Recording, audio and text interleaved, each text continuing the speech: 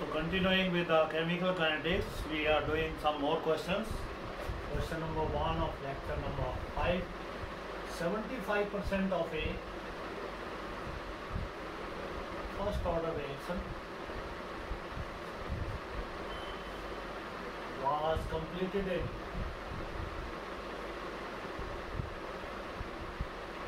72 minutes. Calculate the time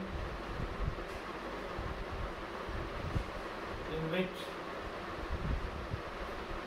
50% of the reaction will be completed.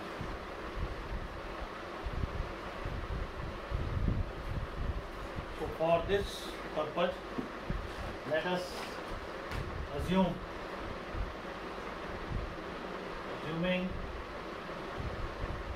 initial concentration A that is equal to 100, then 75% completed in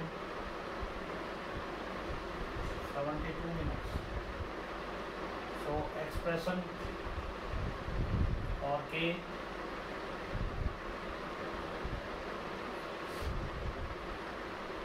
is equal to 2.303 upon 72 log of 100 upon 100 minus 75. So this equation comes to be 2.303 72 log of 4. Now similarly for 50% completion,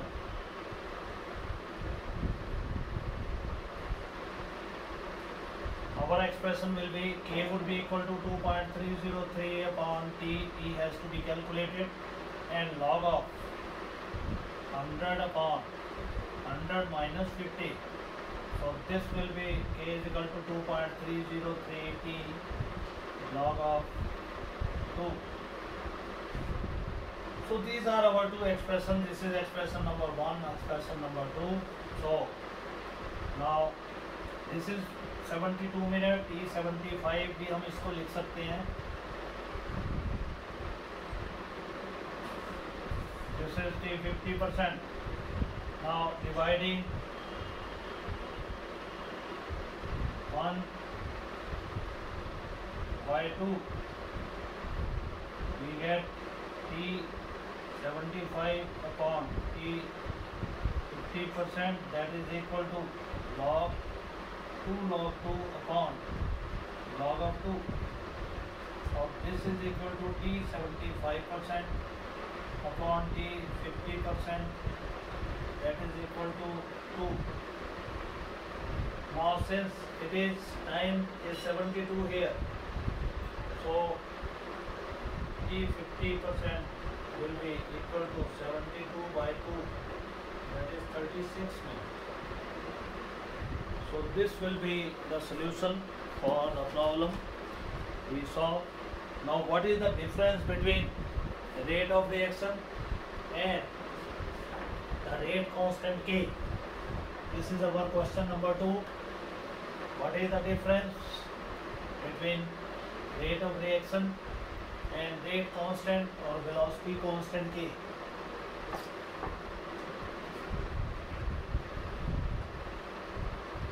What is the difference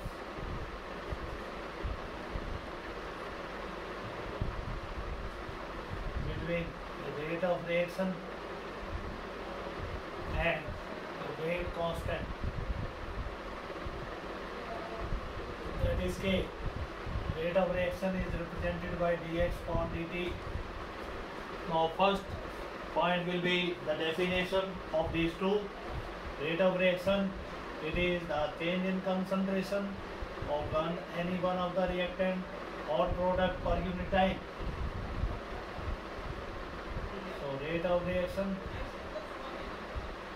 is the change in concentration per unit time. Now this is, it is a constant of proportionality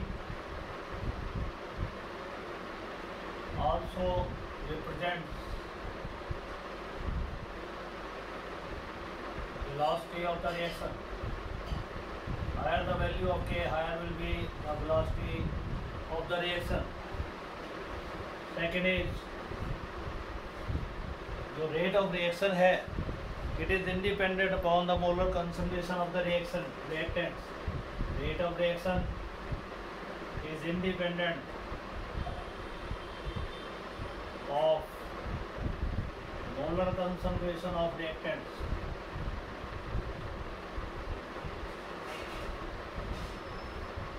Now, velocity constant, it does not depend upon the molar concentration. It is dependent of. Reaction is dependent of. It is independent.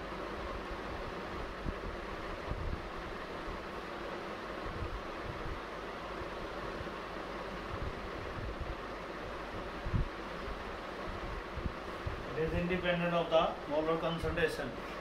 Its units are moles per liter, per second or per minute. Its units depend upon rate of reaction. इसके unit जो है rate of reaction पे depend करेंगे. Zero order की है, rate की जगह भी हम लिखते हैं ऑर्डर ऑफ रिएक्शन. n में भी इक्वल टू 0, 1, 2, 3. इसके आधार पर इसके यूनिट्स जो है वो निकाले जाते हैं. Now what is the relationship between average life of the reaction and half-life period of the reaction. What is average life? It is the time in which average of the reactant get consumed. So what is average life of the reaction?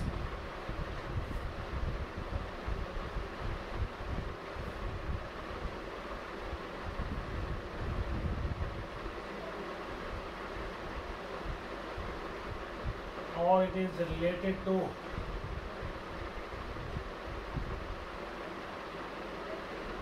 कैसे ये relate होता है T half से. तो average life of the reaction is reciprocal of. Average life को lambda से व्यक्त करते हैं. It is reciprocal of kappa of velocity constant. ये वेलोसिटी कांस्टेंट का रेसिप्रोकल है. और अगर हम इसका टी हाफ से रिलेशनशिप देना चाहें तो lambda is equal to 1.44 multiplied by T half. Half life period को अगर आप फैक्टर 1.44 से मल्टीप्लाई कर दें, you will definitely get the average life of that reaction. Now but we have another numerical problem. Question number 3.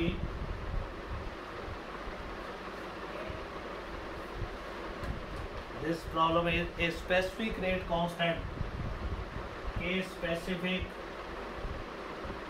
of a first order reaction. वो दिया हुआ है आपको उसकी value. It is 2 into 10 raised to power -3 second inverse.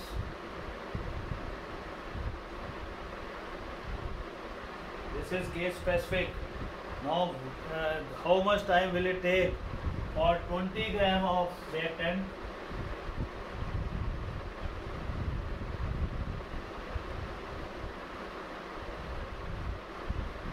or 20 grams of reactant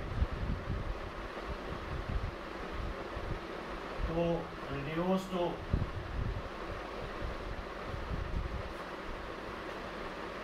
5 grams. So K specific is given to us. Here A is equal to initial concentration is 20 gram and A minus X it is 5 gram. Means 15 ग्राम जो reactant का है that has been consumed during the reaction. Now let us write expression for this.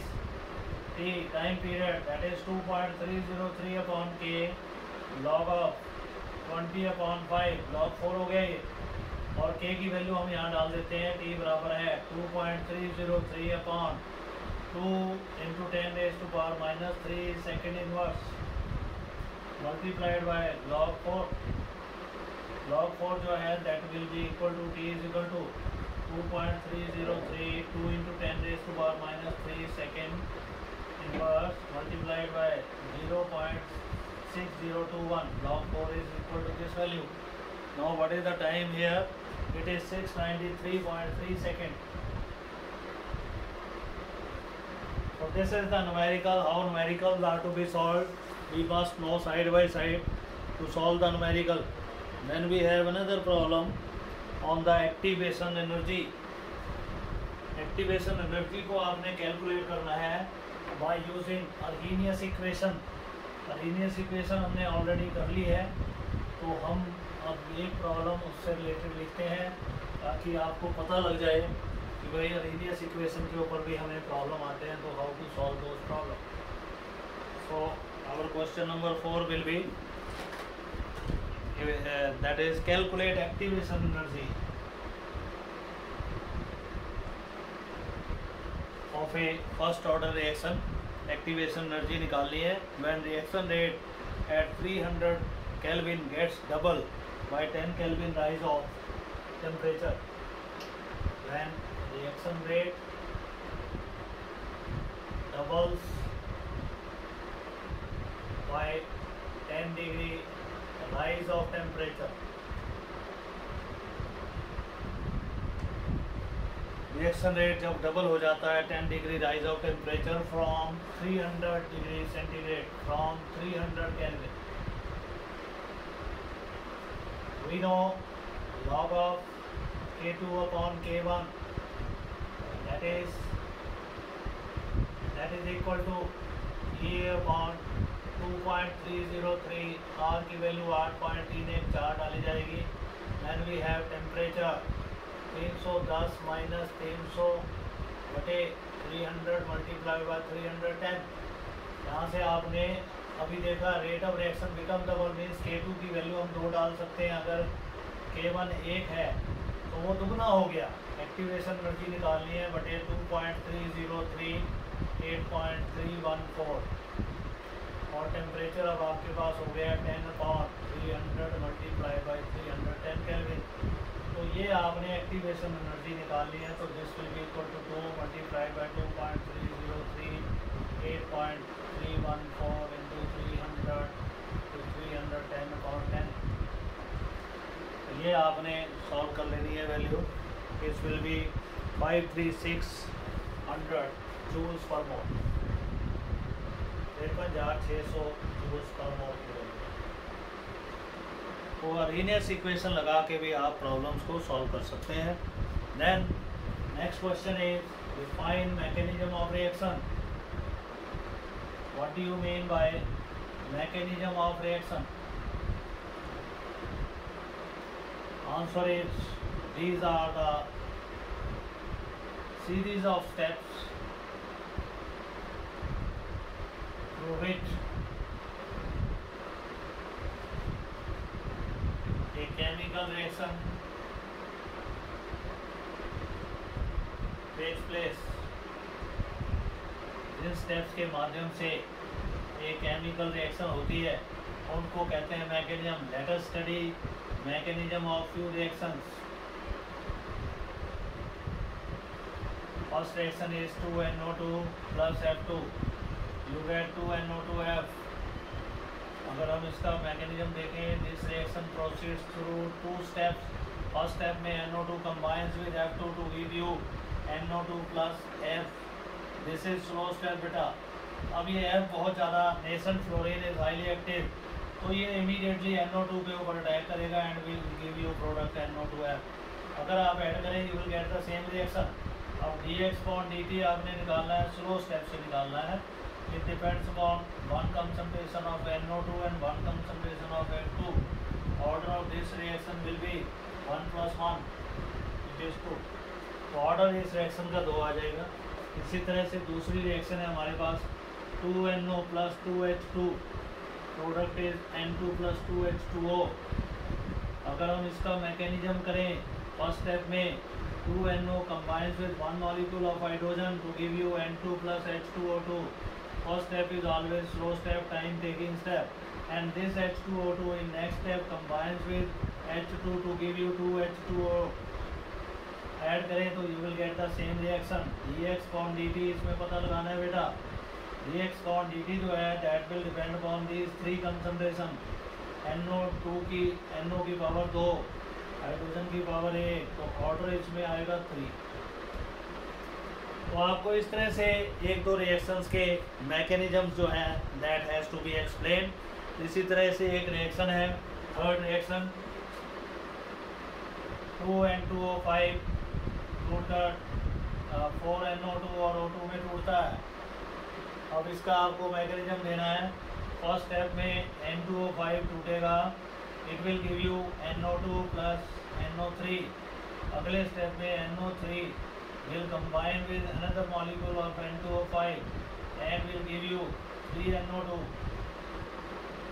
Add कीजिए NO3 से NO3 काट दीजिए, you will get the same reaction as written above।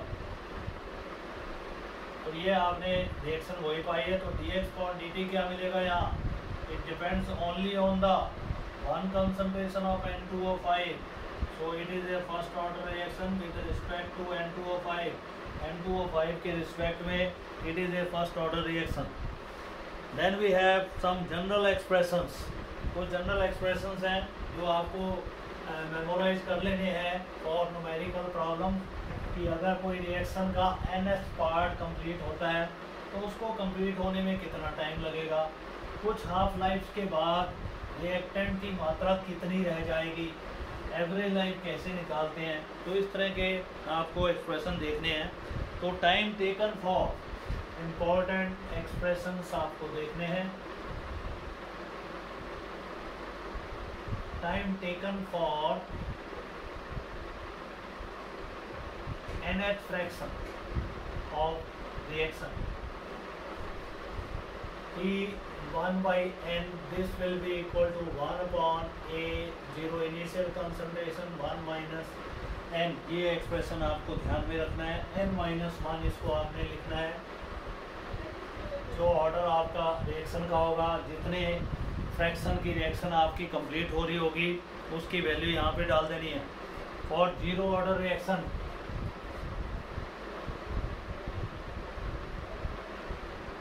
जो T½ है that is proportional to A⁻⁴ molar concentration पे 1 पे depend करता है। और फर्स्ट ऑर्डर रिएक्शंस T½ जो है that is proportional to A⁻0। और सेकंड ऑर्डर रिएक्शंस T½ अगर आपने निकालना है that is proportional to 1 upon A⁻0। तो इस तरह से आपने इनके एक्सप्रेशंस याद रखने हैं। उसके बाद है expression for the reactant to reduce to nth fraction. Expression for the reactants concentration to reduce to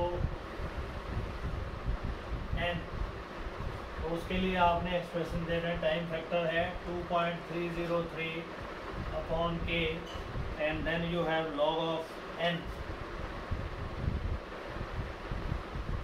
then amount of substance, this is A expression, this is B, this is C, this is D, this is E, this is F। amount of substance left after n half lives। n half lives के बाद amount of substance कितना बच जाता है, तो उसको निकालने के लिए आपके पास है जो initial concentration raised to divided by 2⁻n। कितने हाफ लाइफ हैं वो n की वैल्यू आप बनाएंगे। तो यहाँ पे amount of substance left that is initial concentration divided by 2⁻n, भाई कितनी हाफ लाइफ आपकी हो गई।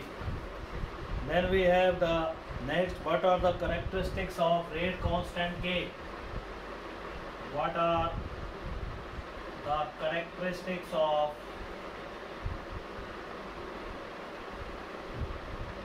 Rate constant K. क्या क्या इसकी इंपॉर्टेंट कैरेक्टरिस्टिक्स हैं वेलोसिटी कांस्टेंट के की? First is higher the value of K, higher would be the rate of reaction. Second is the value of K changes with the temperature, temperature के directly proportional होती है K, we have proved it through Arrhenius equation also. Then units of the K they also depend upon the order of reaction, वो order of reaction पे ही depend करते हैं। Next जो question है हम वही डिराइव करने जा रहे हैं।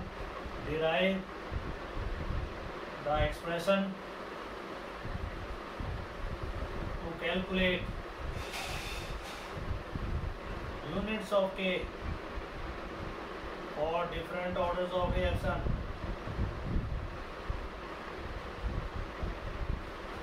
मान लीजिए एक रिएक्टेंट है आपके पास A, that is changing into product. आपने रेट ऑफ रिएक्शन बताना है, that is dx/dt proportional to molar concentration of A. और प्रोपोर्शनलिटी के साइन को अगर आप हटा दें, dx/dt this is equal to k into a। नाउ k is to be calculated, k will be equal to dx/dt multiplied by 1/a concentration. dx का मतलब है कंसंट्रेशन बेटा, इसकी पावर अभी कुछ नहीं है, एक है मान लीजिए, इसकी पावर n है, मान लो n number of a product में बदल रहे हैं, दिस इज n।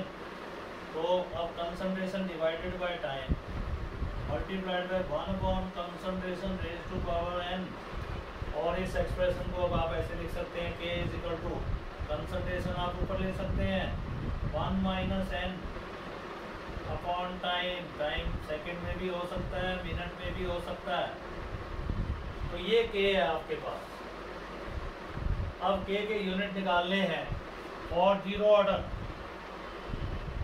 अगर आपने जीरो ऑर्डर के लिए n की वैल्यू जीरो डालेंगे बेटा यहाँ, तो 1 माइनस जीरो कंसंट्रेशन का यूनिट क्या है, मोल्स पर लीटर। डाल दीजिए 1 minus zero upon time in second और मिनट, तो यूनिट बन गया मोल्स पर लीटर पर सेकेंड। और अगर आप आते हैं और फर्स्ट ऑर्डर, n की वैल्यू क्या होगी, 1 होगी, तो अब आपने 1 डालना है, moles per litre 1 minus 1 zero हो गया, सेकेंड इनवर्स, तो इसका यूनिट आएगा सेकेंड इनवर्स। फर्स्ट ऑर्डर में सेकेंड इनवर्स आ गया।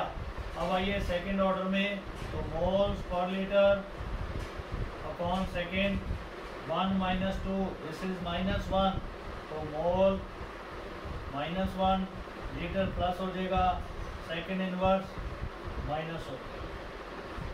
तो इस तरह से आप डिफरेंट ऑर्डर्स के आप यूनिट निकाल सकते हैं, के zero order, first order, second order. अगर कोई रिएक्शन गैसीय स्टेट में चल रही है तो गैस की कंसंट्रेशन को एटमॉस्फेरिक प्रेशर में व्यक्त किया जाता है, तो उस वक्त आपने एटमॉस्फेरिक प्रेशर लेना है, यहाँ पे कंसंट्रेशन की जगह एटमॉस्फेयर लिखना है और उससे यूनिट निकलेंगे। मोल्स पर लीटर की जगह आपका सिर्फ एटमॉस्फेयर चलेगा।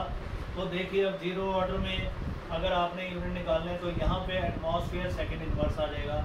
इसी तरह फर्स्ट ऑर्डर में सिर्फ सेकेंड इनवर्स आएगा, सेकेंड ऑर्डर में मोल पर लीटर की जगह वही आपके एटमॉस्फेयर -1 सेकेंड इनवर्स, इस तरीके से ये वैल्यूज आएंगे। Then what are pseudo first order reaction. Next question is very important question, question number 8, what are pseudo.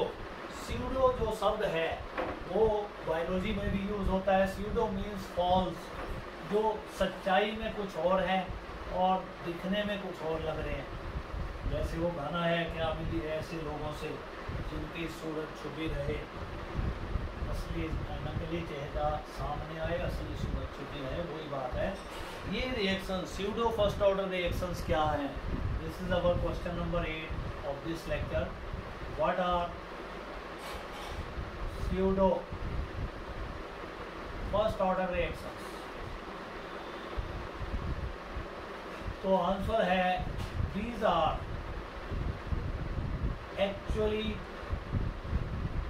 the reactions of higher order, but under specific conditions, तो specific conditions में they become reactions of lower order,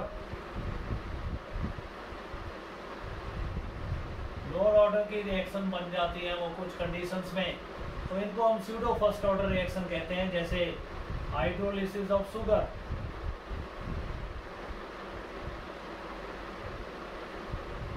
C12H22O11 reacts with water to give you glucose and fructose.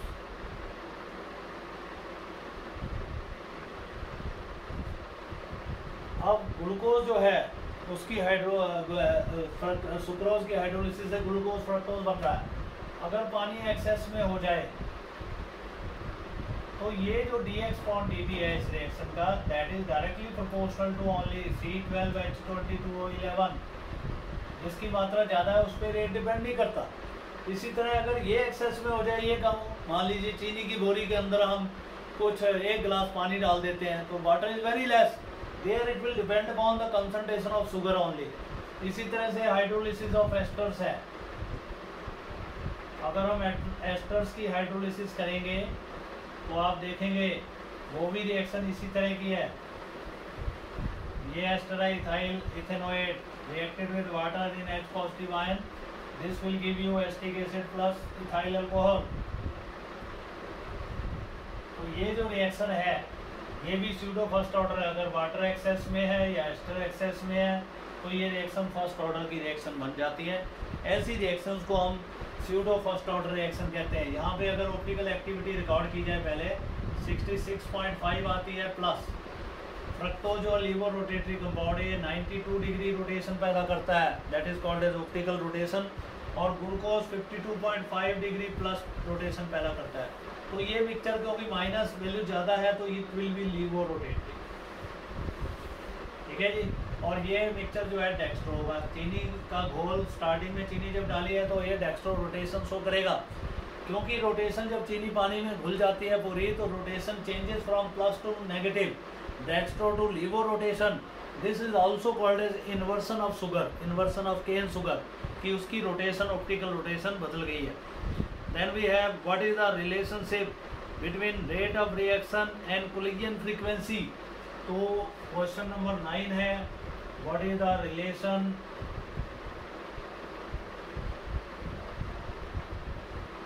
Between rate of reaction